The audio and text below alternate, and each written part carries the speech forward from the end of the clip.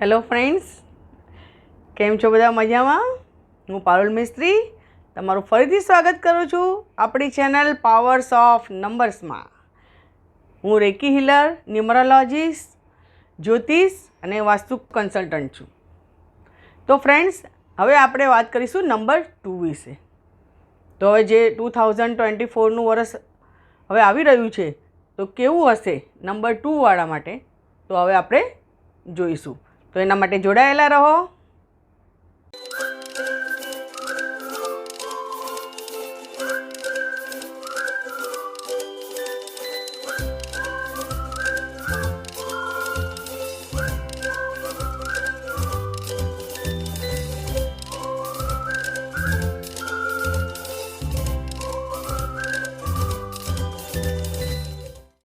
તો ફ્રેન્ડ્સ, આજે આપણે વાત કરીશું નંબર 2 વિશે, કે જેમનો જન્મ તારીખ 2, 11, 20 અને 29 તારીખે થયો હોય તેમનો નંબર આવશે 2.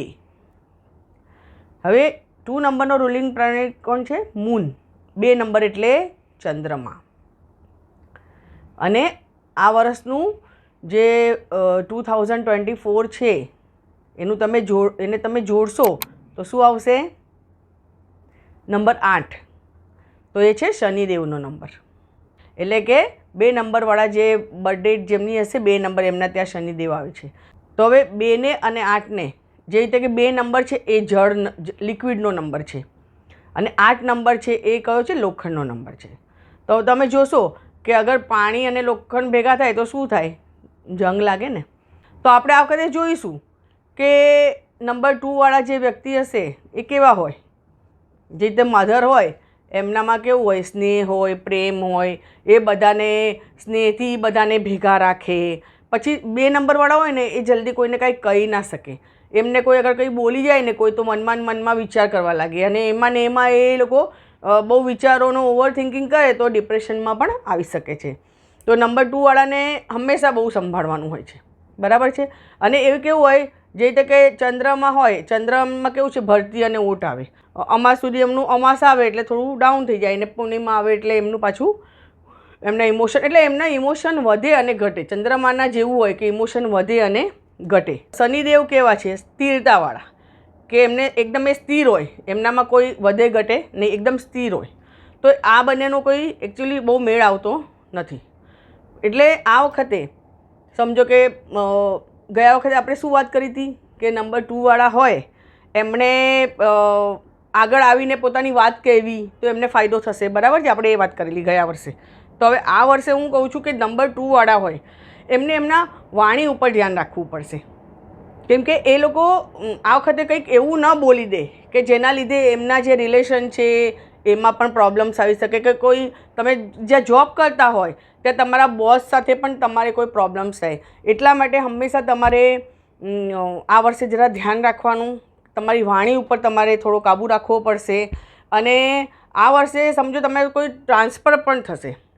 ટ્રાન્સફર મીન્સ જોબમાં નહીં, જોબ નહીં તમે બદલી શકો, પણ તમારે સમજો કે જોબમાં જ તમને એક જગ્યાએથી તમે બીજી જગ્યા પર તમને કદાચ ટ્રાન્સફર મળી શકે, એવી પણ શક્યતાઓ છે.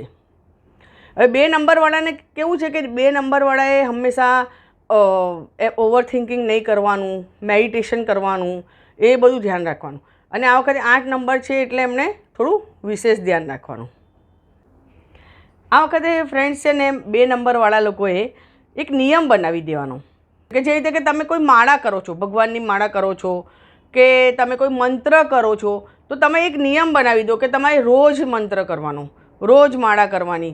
કે તમે કોઈ સમજો કે તમે કોઈ દીવો કરો છો કે તમે ભગવાન આગળ પ્રેયર કરો છો, તો તમારે મીન્સ આ વર્ષે નિયમ પ્રમાણે કે તમે એક દિવસ કરો, એક દિવસ છોડી દો, એ રીતે નહીં. તો એ તમારે કન્ટિન્યુઅસ કરતા રહેવાનું એ નિયમ પ્રમાણે. કે તમે આજે રોજ કરો છો તો રોજ એવરી ડે કરવાનું. તો એનાથી તમને બહુ ફાયદો થશે. તો તમારે વેલ્થ પ્રમાણે તમે કોઈ ક્રિએટિવ ફિલ્ડમાં હશો કે સોશિયલ મીડિયામાં હશો કે સમજો કે ઓકલ્ટમાં હશો, તો તમને આ વખતે બહુ સારું છે. અને પછી તમે આ વખતે શેર માર્કેટમાં તો તમારે આ વખતે પૈસા રોકવાના જ નહીં. કેમ કે આ વખત તમે બહુ વિચારવું પડશે. તમે અગર લોંગ ટાઈમ માટે રોકતા હો તો ઠીક છે, પણ આ વર્ષે તમારે અગર તમે તમે સમજો કે શેર માર્કેટમાં આજે રોક્યા અને કાલે કે પરમ દિવસે નીકાળી દો, તો એ રીતે નહીં.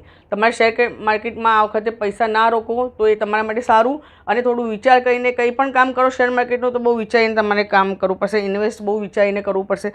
રિલેશનશિપમાં પણ તમારે બહુ ધ્યાન રાખવું પડશે. કોઈ તમને કહી જાય તો તમે આમ અચાનક એને આન્સર નહીં આપી દેવાનો. આ વર્ષે તમારે થોડું વાણી ઉપર થોડુંક કાબૂ રાખવું પડશે. તો એ તમે કરશો તો તમને વાંધો આવશે નહીં તો પછી શું થશે કે આ વર્ષ જે હવે સમજો કે તમારા હસબન્ડ વાઈફમાં કંઈ ખટરાક છે કે કંઈ એવું છે, તો તમે આ વર્ષે અગર તમે સમજો એમની જોડે બહુ આમ આર્ગ્યુમેન્ટમાં ઉતરશો ને એવું બધું કરશો તો પછી એ સંબંધ વધારે બગડશે. એટલા માટે આ વર્ષે તમારા રિલેશનશિપમાં પણ બહુ ધ્યાન રાખવાનું છે. હવે એજ્યુકેશનના દ્રષ્ટિએ જોઈએ તો એજ્યુકેશન માટે આ વર્ષ સારું છે. તમે જેટલો ઇફોર્ટ કર્યો હશે, તમે જેટલી મહેનત કરશો એટલું તમને પરિણામ સારું મળશે. તો જે એજ્યુકેશનમાં છે, જે વિદ્યાર્થીઓ છે, જે સ્ટુડન્ટ છે, તેમને બહુ ધ્યાન રાખવું પડશે કે આ વખતે તમે જેટલી મહેનત કરશો એનું તમને સરસ ફળ મળશે. અને ગયા વર્ષે પણ તમે જે મહેનત કરી હશે ને, કે જે રીતે 2023માં જે મહેનત કરી છે એનું પણ રિઝલ્ટ આ વખતે બહુ સરસ આવશે. કે તમે કહે છે ને 8 નંબર એટલે કે તમે જે કર્મ કર્યા છે એનું ફળ આપવા માટે આ વખતે 8 નંબર આવ્યા છે. તો હવે તમે તૈયાર થઈ જાઓ કે તમે ગયા વર્ષે તમે જે પણ મહેનત કરી હશે બધાનું ફળ તમને આ વર્ષે મળશે. અને આ વખતે તમારે છે ને કોઈના ઝઘડામાં નહીં પડવાનું, એ ધ્યાન રાખવાનું. કે અગર તમે સમજો કે તમારું કોઈ હશે નહીં પણ તમે કોઈના ઝઘડામાં પડશો તો આ વખતે તમને બહુ પ્રોબ્લેમ્સ થશે. કે તમારું સમજો કોઈ બીજાનો ઝઘડો થશે તો તમારા પર આવી જશે. એટલે હંમેશા કોઈ બીજાના ઝઘડામાં તમે પડતા જ નહીં, ને તો બહુ વાત વધી જશે. અને બીજું કે તમારે તમને આ વખતે એવું થશે ને કે જે તમે જેને પોતાના માનતા હશો કે તમે જેના પર બહુ ટ્રસ્ટ કર્યું હશે એ જ તમને જ્યારે તમારો ટાઈમ હશે ત્યારે એ તમને મદદ કરશે નહીં. તો તમે પહેલાંથી વિચારી લો કે તમને આ વખતે જે તમે નહીં આશા રાખી હોય ને એ લોકો તમને મદદ કરશે, અને જેનું તમે બહુ આમ ટ્રસ્ટ કર્યો હશે એ તમને આ વખતે ઓછી મદદ કરશે કે એ કદાચ કામમાં ના પણ આવી શકે. તો તમારે એટલું યાદ રાખવાનું કે આ વર્ષે તમારે બહુ કોઈના પર ટ્રસ્ટ નહીં કરવાનું.